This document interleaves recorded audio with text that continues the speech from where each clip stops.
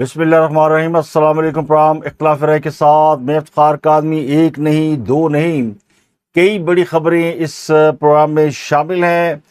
سب سے پہلے بات کریں گے تحریک لبیک پاکستان کی، جسے کچھ عرصہ قبل کالعدم قرار دیا گیا تھا، اور اس کی قیادت میں سعد رضوی اور انس رضوی دو بھائی تھے جو کہ آج تک لاپتہ ہے، مارے گئے، زندہ ہے یا کہیں پر گرفتار ہیں، اس کی کسی کو خبر نہیں ہے۔ تو جس جماعت کے بارے میں یہ تصور قائم ہو گیا تھا کہ وہ جماعت اب ختم ہو چکی ہے، وہ ایک مرتبہ پھر پوری قوت سے میدان میں نمودار ہوئی ہے، اور اچانک ٹی ایل پی کو دوبارہ سیاسی منظرنامے میں دیکھ کے بہت سے لوگ حیران اور پریشان ہیں۔ تو ٹی ایل پی کی جو ری لانچنگ ہے وہ ایکچولی جیو کے اوپر ایک پروگرام نشر کرنے کے حوالے سے ہوئی ہے۔ جیو نے تیسری بار معافی مانگی ہے اور وضاحت بھی دی ہے، لیکن چونکہ جیو کو سسپینڈ ہی اسی وجہ سے کیا گیا تھا کہ ان کے خلاف ایک پروٹیسٹ ہو سکتا ہے، بڑا پروٹیسٹ ہو سکتا ہے، اور یہ خبریں بھی سامنے آ رہی تھی کہ ان کو معافی بھی مل سکتی ہے۔ تو پھر اچانک ہی ان کے خلاف عوام کی بڑی تعداد، بلکہ کالعدم تحریک لبیک پاکستان کے کارکنوں کی بڑی تعداد اچانک باہر نکل رہی ہے، جس کا مطلب یہ کہ قیادت کے ہونے یا نہ ہونے سے اس جماعت کو کچھ زیادہ فرق نہیں پڑا، اور یہ جماعت کسی بھی وقت دوبارہ سڑکوں پر آ کر وہی کچھ کر سکتی ہے جس کی بنیاد پر اسے کالعدم قرار دیا گیا تھا۔ جو آخری منظرنامہ تھا وہ ہم نے مرید میں دیکھا تھا، جب اس جماعت نے حکومت کے ساتھ مذاکرات کرتے کرتے حکومتی اہلکاروں پہ حملے کیے، ان کی گاڑیاں جلا دیں، اور پھر ان کے خلاف ایک آپریشن ہوا جس کے بعد ان کا بولو رام ہو گیا اور یہ جماعت کہیں غائب ہو گئی۔ لیکن اب اچانک یہ جماعت منظر عام پر آ گئی ہے۔ لاہور پریس کلب کے سامنے بھی ایک مظاہرہ ہوا جہاں جیو کا دفتر ہے۔ سب سے زیادہ کارکنان کراچی میں نظر آئے، اور لگا یوں کہ کراچی میں ٹی ایل پی پوری آزادی کے ساتھ کام کر رہی تھی یا کام کر رہی ہے، اور سندھ حکومت نے ان کے خلاف کوئی ایکشن نہیں لیا۔ تو پیپل پارٹی سے اکثر لوگوں کو ہمیشہ یہ شکوہ رہتا ہے کہ وہ اپنے زیر سایہ کچھ ایسی تنظیموں کو پنپنے دیتے ہیں جن کا ان کو بعد میں کوئی نہ کوئی فائدہ ہوتا ہے، اور وہ ملکی سیاست میں پریشر گروپ کا رول پلے کرتے ہیں۔ اب اگر جس طرح کا آپریشن پنجاب میں ہوا اگر سندھ میں ہوا ہوتا تو شاید تحریک لبیک پاکستان کے لوگ اتنی بڑی تعداد میں باہر نہ نکلتے، لیکن سندھ حکومت نے ان کو روکنے کی ذرا بھی کوشش نہیں کی، حکومت پنجاب نے بھی کوشش نہیں کی، لیکن پنجاب میں لوگ زیادہ نہیں نکلے۔ تو اب ایک کالعدم جماعت کیسے سڑکوں پر مظاہرہ کر سکتی ہے، اور اس کو اگر ریاست نہیں روکتی تو کیا وہ کالعدم جماعت نہیں رہی؟ اس پر سے بین ہٹا لیا گیا۔ اگر تو کالعدم تحریک لبیک پاکستان پر سے بین ہٹا لیا گیا تو اس کو باقاعدہ اناؤنس کرنا چاہیے اور اس کو باقاعدہ کوریج ملنی چاہیے، لیکن نہ یہ سیاسی جماعت ہے کیونکہ الیکشن کمیشن میں بھی اس کی اب رجسٹریشن نہیں رہی، پہلے تھی، نہ یہ مذہبی جماعت کے طور پر جانی جاتی ہے۔ کچھ لوگ اسے حکومت کے خلاف ایک ریاستی میسج قرار دے رہے ہیں، جبکہ میرا خیال ہے ایسا نہیں ہے کہ ریاست نے ایسی قوتوں کو لانچ کیا ہو۔ ماضی میں یہ روایت رہی ہے، پریشر گروپس لانچ کیے جاتے رہے ہیں جو حکومتوں کو دباؤ میں لاتے ہیں اور پھر ان سے اسٹیبلشمنٹ اپنی مرضی کے فیصلے کراتی ہے، لیکن یہاں پر معاملہ کچھ ایسا نہیں لگتا، کیونکہ پاکستان کے فیلڈ مارشل اور اسٹیبلشمنٹ کے جو سربراہ ہیں جنرل آصف منیر اور پاکستان کے پرائم منسٹر شہباز شریف اور ان کی حکومت کے درمیان بظاہر کوئی مس انڈرسٹینڈنگ یا کوئی فاصلہ نظر نہیں آتا۔ بعض لوگ کہتے ہیں کہ یہ حکومت کے خلاف نہیں بلکہ جیو کے خلاف ہے۔ جیو پہلی مرتبہ، وہ کہتے ہیں نا کہ اب آیا اونٹ پہاڑ کے نیچے، تو پہلی دفعہ وہ آیا ہے سرکار کی داڑھ کے نیچے، تو وہ پوری طرح اس کو چبا دینا چاہتے ہیں۔ جیو ایک بہت بڑا میڈیا ہاؤس، ایک طاقتور میڈیا ہاؤس، پہلی مرتبہ چاروں شانے چت ہو چکا ہے، اور اس کی وجہ یہ کہ جیو کے اندر مزاحمت کرنے والے اور بڑے قداور صحافی بھی اب نہیں رہے جو لڑائیاں لڑ سکتے تھے۔ تو جنہوں نے لڑائیاں لڑنی تھی اب وہ سپاہی نہیں ہے، وہ فوجی نہیں ہے، تو پھر اس کو کٹ لگانے کا فائدہ کیا؟ صرف اس کو اپنا مطیع اور فرمانبردار بنانا تو وہ پہلے سے ہے۔ تو بہرحال یہ میں نے اس کو اس لیے شیئر کیا کہ یہ ایک بڑا ہی ان ایکسپیکٹڈ سا ایونٹ تھا اور آپ اس پہ تبصرہ کر سکتے ہیں، لیکن جو بڑی خبر ہے وہ اسحاق ڈار صاحب کی فیملی کے حوالے سے ایک بہت بڑا اسکینڈل ہے، اور اس اسکینڈل نے پورے ملک کو لپیٹ میں لے لیا، اور اسحاق ڈار صاحب کے استعفے تک کے مطالبے ہو رہے ہیں، اور کہا جا رہا ہے کہ اسحاق ڈار کے ساتھ ہم کھڑے نہیں ہو سکتے۔ سینیٹر فیصل واڈا جو اسٹیبلشمنٹ کے بہت قریبی سمجھے جاتے ہیں، وہ بھی اچھل کود کر رہے ہیں۔ سب سے پہلے انہوں نے مطالبہ کیا کہ اسحاق ڈار صاحب استعفیٰ دیں۔ وہ کہتے ہیں ہم کیسے اسحاق ڈار کے ساتھ کھڑے ہوں گے ایک ہی پرچم کے نیچے، اسحاق ڈار تو گلٹی ہے۔ تو سوال یہ کہ جو اسکینڈل ہے، کیا اس میں اسحاق ڈار صاحب ملوث ہیں، اور کیا اسحاق ڈار صاحب مجرم ہیں؟ اور ایک واقعہ ہوا ہے جو بظاہر ناخوشگوار ہے، اور یہ کسی کی بھی فیملی کے ساتھ پیش آ سکتا ہے۔ فیملی میں بہت سارے بچے ہوتے ہیں۔ تو اس واقعے میں اسحاق ڈار کا نواسہ ہے، جن کی عمر غالباً 20-22 یا کچھ لوگ 25-26 سال بھی بتاتے ہیں، اور واقعہ لاہور میں غیر ملکی خواتین سے انہیں پاکستان بلا کر مبینہ زیادتی کا کیس ہے۔ اس میں کئی سوال کھڑے ہوئے ہیں، کئی نئی چیزیں سامنے آئی ہیں، کچھ میں نے آپ کو ڈیٹیل بتا دی تھی، اب اس کی اور بہت اہم ڈیٹیل سامنے آ گئی ہیں، نام سامنے آ گئے ہیں۔ اس کیس میں 5 ملزمان تھے، 5واں ملزم جو گرفتار نہیں ہو سکا وہ کون ہے؟ کچھ انکشافات ایسے ہیں جنہوں نے اس پورے کیس کو مزید حساس بنا دیا۔ تو پہلی ڈیولپمنٹ تو یہ کہ اس کیس کے 4 نامنیٹ ملزم ہیں، وہ چاروں گرفتار ہیں۔ پولیس نے متاثرہ غیر ملکی خواتین کا طبی معائنہ کرایا، اس کے بعد انہیں ان کے ملک واپس بھیج دیا۔ میڈیکل رپورٹ پولیس کو موصول ہو چکی ہے، رپورٹ کو تفتیشی مفاد میں خفیہ رکھا گیا۔ 2 خواتین ہیں، ہالینڈ کی اسٹیفنی انڈیانا اور وینزویلا کی 25 سالہ آسٹریڈ رابنسن براکو۔ ان کے بارے میں یہ خبر تھی کہ ان کو اسحاق ڈار کے نواسے نے سنگاپور سے پاکستان آنے کی دعوت دی اور ان کے لیے ویزوں کا ارینج کیا۔ ملزم انہیں ایئرپورٹ سے سیدھا اپنے گھر لے گیا، جہاں اس کے 3 دوست پہلے سے موجود تھے، مسلح تھے۔ انہوں نے گن پوائنٹ کے ساتھ اسٹیفنی ایڈریانا کے ساتھ ریپ کیا، غیر فطری سلوک کیا، اور اس کی ساتھی آسٹریٹ سے بھی زیادتی کی کوشش کی۔ ان خواتین کو حبس بے جا میں رکھ کر ان سے 15 لاکھ امریکی ڈالر، جو غالباً 40-45 کروڑ پاکستانی بنتا ہے۔ اب وہ خواتین تو تحویل میں تھی، پیسے دے نہیں سکتی تھی، غالباً ان کے اہل خانہ سے فون پر بات کرائی گئی، اور شاید اس خاتون نے جس نے اپنے والدین کو کال کی، اس نے کوئی کوڈ ورڈ یوز کیا یا کسی طریقے سے کوئی اشارہ کیا، تو اس کے والد نے پاکستان کی ایمرجنسی ہیلپ لائن 15 پر کال کی۔ اس کے بعد 2-3 پوائنٹ آف ویو ہیں۔ پہلا پوائنٹ آف ویو کہ وزیر اعلیٰ پنجاب نے سخت نوٹس لیا، کیونکہ بین الملک سے جو بھی کال پنجاب کے لیے آتی ہے وہ سی ایم کے نوٹس میں آتی ہے۔ تو وزیر اعلیٰ پنجاب نے لاہور پولیس کو 2 گھنٹے کا ٹائم دیا، اور پھر پنجاب سیف سٹی اتھارٹی کے جدید CCTV کیمروں اور موبائل لوکیشن کی مدد سے گاڑی ملزمان کا سراغ لگایا۔ رات گئے خفیہ ٹارچ سیل پر چھاپہ مارا، دونوں خواتین کو روتی ہوئی حالت میں ریسکیو کیا گیا، چاروں ملزمان بھی موقع سے گرفتار ہوئے۔ تو پولیس کے مطابق جو ابتدائی تفتیش ہوئی ہے وہ یہ کہتی ہے کہ یہ محض اغوا کی واردات نہیں ہے، اس کے پیچھے ایزی منی کا کیس ہے، سنگاپور میں ہونے والی ایک بزنس پارٹنرشپ کا تنازع ہے۔ جو تفتیشی ذرائع ہیں وہ کہتے ہیں کہ لڑکیاں ایئرپورٹ سے اغوا نہیں ہوئی، بلکہ وہ اسلام آباد گئیں، وہاں پر ہوٹل میں قیام کیا، کچھ لوگوں سے ملاقات کی، وہاں پہ رقم کے لین دین پر کوئی تلخ کلامی ہوئی۔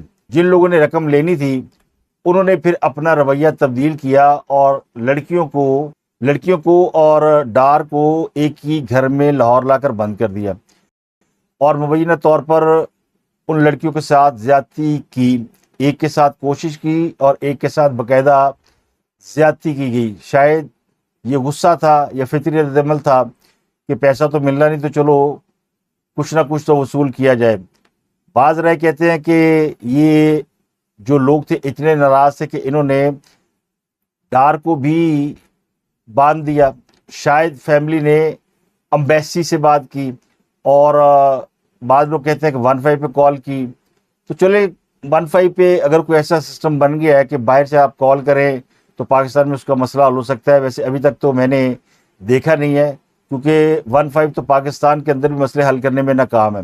پاکستان کے اندر 15 پر کال کرنا باقاعدہ جرم ہے، کیونکہ اگر آپ نے کسی کو 15 پہ کال کر کے بتایا کہ یہ واردات ہو رہی ہے، میرے ساتھ ہو رہی ہے، کسی اور کے ساتھ ہوئی، اور آپ پروو نہ کر سکے، ایویڈنس نہ دے سکے، تو پھر آپ مجرم ہوں گے۔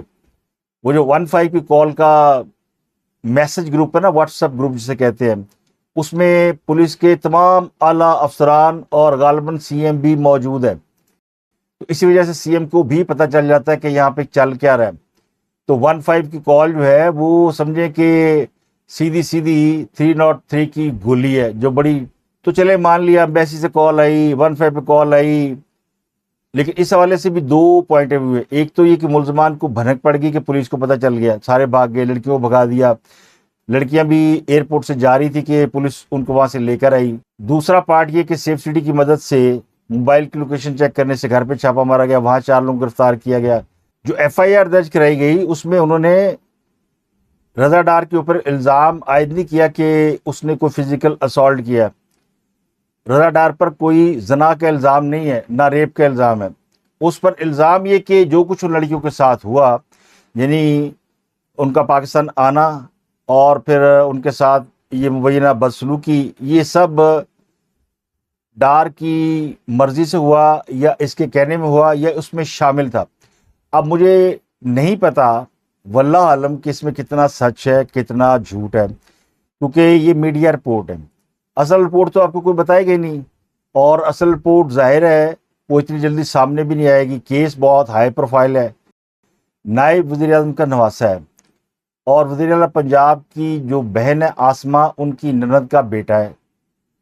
اگر وہ چاہتے تو یہ بات باہر ہی نہ نکلتی۔ حکومت ان کی ہے، پولیس ان کی ہے، انتظامیہ ان کی ہے۔ عمران خان کی حکومت تھی تو بنی گالہ میں بچے زندہ جلائے جاتے تھے، ان کی بلیاں چڑھائی جاتی تھی۔ وہ آج بھی جو کاشانہ لطیف کی خاتون ہے، اس کی ڈھیروں آپ کو ویڈیو مل جائیں گی جو بتاتی ہے کس طرح وہاں سے بچے لے جائے جاتے تھے اور ان کی بلیاں چڑھائی جاتی تھی۔ تو وہ کسی طرح باہر نہیں آئی بات۔ مطابعی جب حکومت چلی گئی تو حکومت جو ہے وہ اتنی طاقتور ہوتی ہے، تو حکومت، پولیس، انتظامیہ یہ کیس آسانی سے کیموفلاج کر سکتی تھی، کسی اور پر ڈالا جا سکتا تھا، اور اگر بات سامنے آ بھی جاتی تو رضا ڈار کی جگہ کسی اور کو پیش کیا جا سکتا تھا۔ پاکستان میں سب ہوتا ہے، لیکن یہ بات تو ماننے والی ہے کہ اس کیس میں نہ اسحاق ڈار کا نام پوشیدہ رکھا گیا، نہ رضا ڈار کا ان سے رشتہ پوشیدہ رکھا گیا، نہ اس بات کو خفیہ رکھا گیا کہ وہ گرفتار ہے، اس کو عدالت میں پیش کیا گیا۔ خواتین کے بیان بھی ہوئے۔ ایف آئی آر میں ٹوٹل 5 ملزمان لکھے گئے، ایک نامعلوم ہے، اور اس کے بارے میں کہا جاتا ہے کہ کپڑوں سے شناخت ہو سکتا ہے، انگریزی بولتا ہے، کالے کپڑے پہنتا ہے، اب اس کو باس کا نام دیا گیا۔ تو یہ مقدمے میں نامزد 5واں فرضی ملزم ہے، یہ پولیس کی گرفت سے دور کیوں ہے؟ چاروں ملزمان وہ پکڑے ہیں، ان میں رضا ڈار ہے، حسن رضا ہے، ساجد علی ہے اور سکندر خان ہے۔ ان سب کی عمریں باقاعدہ ایف آئی آر میں درج ہیں، یہ کوئی بچے نہیں ہیں، سارے بڑی عمروں کے لوگ ہیں سوائے رضا ڈار کے۔ تو غالباً یہ رضا ڈار جو ہے وہ کم عمری میں بڑا بزنس مین بننے کی خواہش رکھتا ہوگا۔ امیر گھروں کے بچے اس قسم کے وینچرز کرنے کے شوقین ہوتے ہیں، ماں باپ سے رقم نہ ملے تو ماں باپ کا نام استعمال کر کے لوگوں سے رقمیں لے لیتے ہیں، یا وہ ڈرگس میں مبتلا ہو جاتے ہیں۔ تو شریف ماں باپ کے بچے بھی منشیات استعمال کرتے ہیں، جرائم میں پڑ جاتے ہیں، تو ماں باپ بیچارے بدنام ہوتے ہیں۔ تو اس کیس میں بھی لگتا یوں ہے کہ رضا ڈار جو ہے وہ شاید اپنی فیملی سے بالا ہی بالا کوئی کام کر رہا تھا۔ اب یہ معاملہ بعض لوگ کہتے ہیں کرپٹو کرنسی کا کاروبار ہے، بعض لوگ کہتے ہیں کوئی فورکس ٹریڈنگ کا کام ہے۔ فورکس ٹریڈنگ میں یہ ہوتا ہے کہ آپ جو ہے وہ انویسٹمنٹ کرتے ہیں اور کوئی آپ کی جگہ بیٹھ کے روزانہ جو انٹرنیشنل مارکیٹ میں ٹریڈنگ ہوتی ہے، بائنگ اینڈ سیلنگ ہوتی ہے، وہ کرتا ہے۔ اس میں وہ صرف اپنی فیس لیتا ہے اور نفع نقصان آپ کا ہوتا ہے۔ بعض اوقات آپ کے سارے پیسے ڈوب بھی جاتے ہیں، تو اسی لیے لوگ پاکستان میں کم کاروبار کرتے ہیں، پاکستان سے باہر بیٹھ کے زیادہ کام کرتے ہیں۔ دوسرا جو ورچوئل دھندے ہیں جن میں کرپٹو کرنسی کا معاملہ ہے، $15 لاکھ ہے جو 40-45 کروڑ پاکستانی بنتے ہیں، بڑی رقم ہوتی ہے پاکستان کے اندر، یہ آدھا ارب روپیہ بنتا ہے۔ تو اس نے کسی سے پکڑ پکڑ کے دیے ہوں گے، کئی پارٹنر ہیں اس میں، اور یہی کہا جاتا ہے کہ لوگ پیسہ واپس مانگ رہے تھے تو ان کو پیسہ واپس نہیں مل رہا تھا، تو غالباً اسی لیے اس نے ان لڑکیوں کو کہا کہ پاکستان آؤ، یہاں اور انویسٹر ہیں، ان سے بات کریں گے تو جو بھی ہمارا کاروبار کا لاس ہے اور انویسٹر کو ساتھ ملا کے وہ دور کیا جا سکتا ہے۔ تو غالباً یہ امکان ہے کہ وہ پاکستان نئے انویسٹر کے لیے آئی تھی۔ اب ان لڑکیوں کی عمریں مجھے نہیں پتا ایکچولی کیا ہیں، لیکن وہ لڑکیاں نہیں ہیں، وہ خواتین ہیں، اور جو تصویر شیئر کی جا رہی ہیں وہ تو اچھی خاصی خواتین ہیں۔ اب پتہ نہیں وہ جینون ہے یا نہیں ہے، لیکن اصل سوال تو یہ ہے کہ ان خواتین کو واپس کیوں بھیجا گیا۔ اس کیس میں ایک اور غیر معمولی پیش رفت اس وقت سامنے آئی ہے جب متاثرہ خواتین کے میڈیکل کی اجازت لینے کے معاملے پر ایک ایس ایچ او اپنے پولیس اہلکاروں کے ساتھ ایک جوڈیشل مجسٹریٹ کی رہائش گاہ میں گھس گیا، اور رات 1:30 بجے اس نے جا کے جوڈیشل مجسٹریٹ کا سرکاری فلیٹ یا جو ریسٹ ہاؤس تھا اس نے کھٹکھلانا شروع کیا۔ اب وہ سوئے ہوئی تھی فیملی، ایک بار دو بار وہ مسلسل بجاتے جا رہے تھے، اور پھر اس ایف آئی آر میں درج یہ ہے کہ جب جوڈیشل مجسٹریٹ اور ان کے اہل خانہ نیند سے اٹھے تو پولیس والے پہلے ڈرائنگ روم میں گھس چکے تھے، یعنی انہوں نے دروازہ ہی بند دیتا۔ تو مقدمے کے متن کے مطابق ایس ایچ او فریاد، یہ وہی ایس ایچ او ہے جو اس کیس میں پکڑ دھکڑ کر رہا تھا، اس نے جوڈیشل مجسٹریٹ سے ان کا نام پوچھا، پھر اپنا موبائل اور کہا کیا گل کر۔ تو دوسری طرف ڈی آئی جی آپریشن تھے، لیکن جوڈیشل مجسٹریٹ نے فون پر بات کرنے سے انکار کر دیا اور کہا پہلے تو آپ آدھی رات کو میرے گھر میں کیسے گھس آئے ہیں، آپ پہلے باہر نکلے پھر آپ سے بات کی جائے۔ لیکن وہ لوگ وہاں موجود رہے اور انہیں دھمکیاں دینی شروع کر دی۔ تو انہوں نے آئی جی پنجاب کو درخواست دی، تو ایس ایچ او اور پولیس والے سارے جو ہے وہ تو لگ گئے کھڈے لائن۔ بعض لوگ کہتے ہیں کہ ایس ایچ او کو اس لیے ہٹایا گیا کہ اس نے رضا ڈار کو گرفتار کیوں کیا۔ تو آدھی رات کو ایس ایچ او اس لیے گیا کہ وہ چاہتا یہ تھا کہ یہ خواتین واپس جا رہی ہیں تو ان کا میڈیکل کرا لیا جائے، کیونکہ پولیس کے مطابق انہیں واپس جانا تھا۔ تو یہ بات میری سمجھ سے باہر ہے، اگر وہ اس کیس میں مدعیہ ہے تو 2-4 دن ان کی ویزا ایکسٹینڈ ہو سکتا ہے، ان کی فلائٹ لیٹ ہو سکتی ہے، ان کے لیے سہولیات ارینج کی جا سکتی ہیں، لیکن ان کو بھیج دیا گیا۔ اب میرے 2-3 سوال اس میں یہ بھی ہیں کہ اگر کسی نے پیسے دینے ہیں اور وہ نہ دینا چاہے تو وہ ایسی جگہ پہ کبھی نہیں جائے گا جہاں اس سے کوئی پیسے مانگ رہا ہے، اسے پتا ہے مجھے تو پکڑ کے ماریں گے یا میرے ساتھ بدسلوکی کریں گے۔ تو میرا خیال ہے کہ وہ پیسے لینے آئے ہوں گے، ان کو نئے کلائنٹ ملوانے کا لالچ دیا گیا ہوگا۔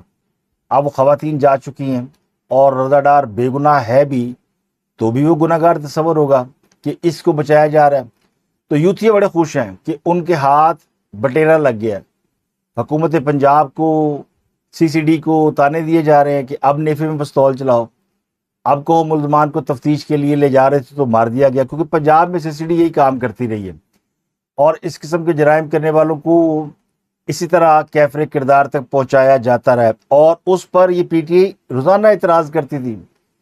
حالانکہ پنجاب کے لوگ خوش تھے کہ جرائم پیشہ افراد کا کلا کما ہو رہا ہے، لیکن وہ کہتے ہیں نا کہ اب انہیں موقع مل گیا ہے حکومت کے اوپر تانے برسانے کا۔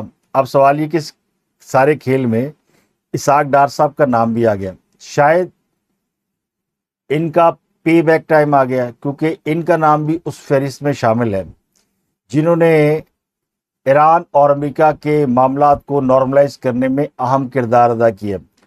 تو پاکستان سے نوبل انعام کے لیے جو 3 بڑے نام ہیں ان میں ایک نام اسحاق ڈار کا بھی ہے، لیکن بدنامی تو گلے پڑ گئی۔ تو کبھی کبھی آپ کو اپنے ایسے گناہوں کا حساب دینا پڑتا ہے جو آپ نے کسی بھولے بسرے وقت میں کیے ہوتے ہیں، کچھ کاموں کا حساب دینا پڑتا ہے۔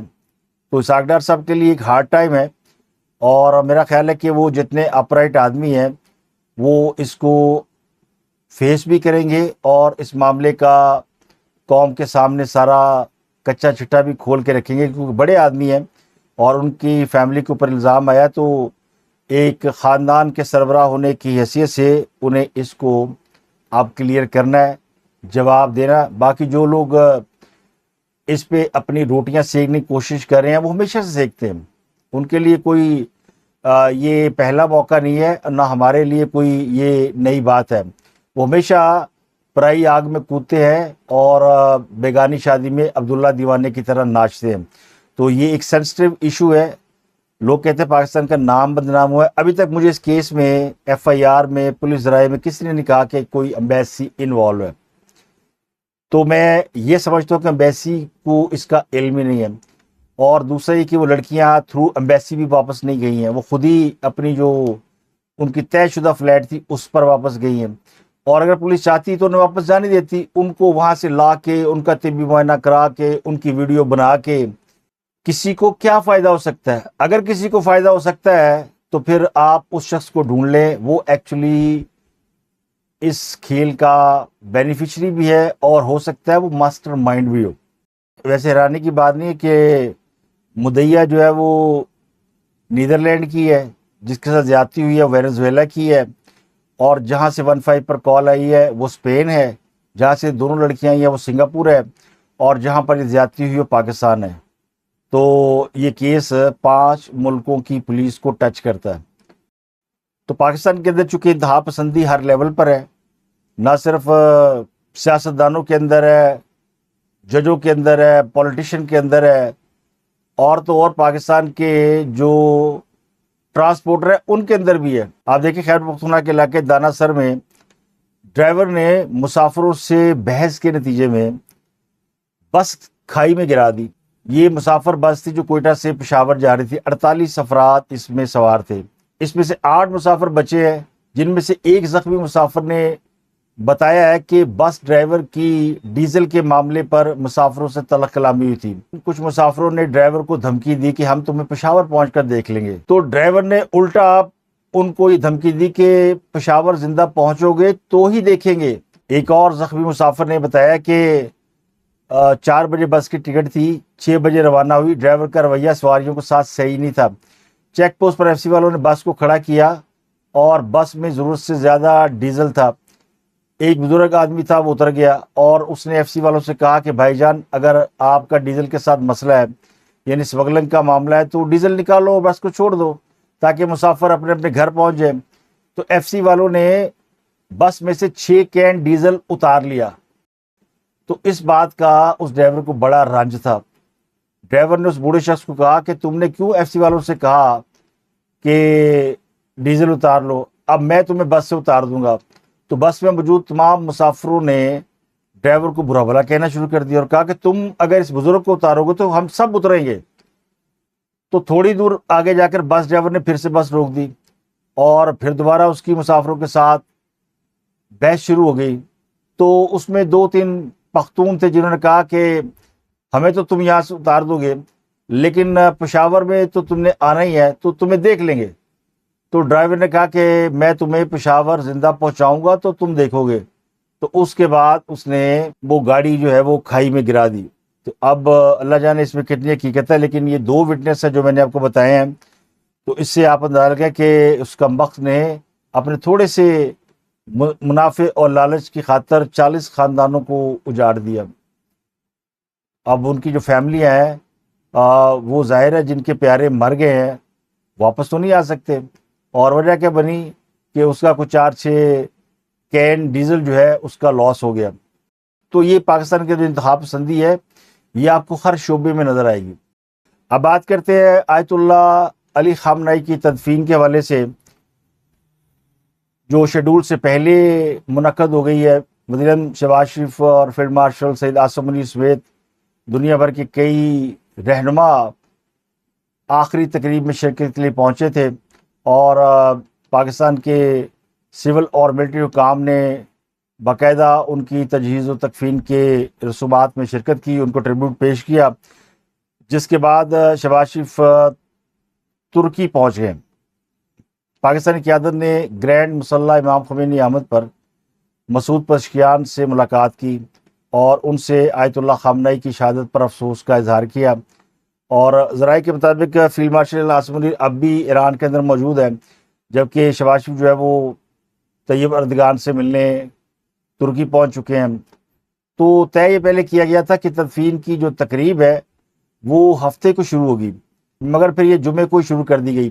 اور شاید اس کی وجہ آپ کو پتہ ہے بہت سارے سیکورٹی ریزنز ہیں. ذرائع کہتے ہیں کہ یہ بہت بڑی تقریب ہے جس میں تقریباً 2 کروڑ افراد کی شرکت متوقع ہے.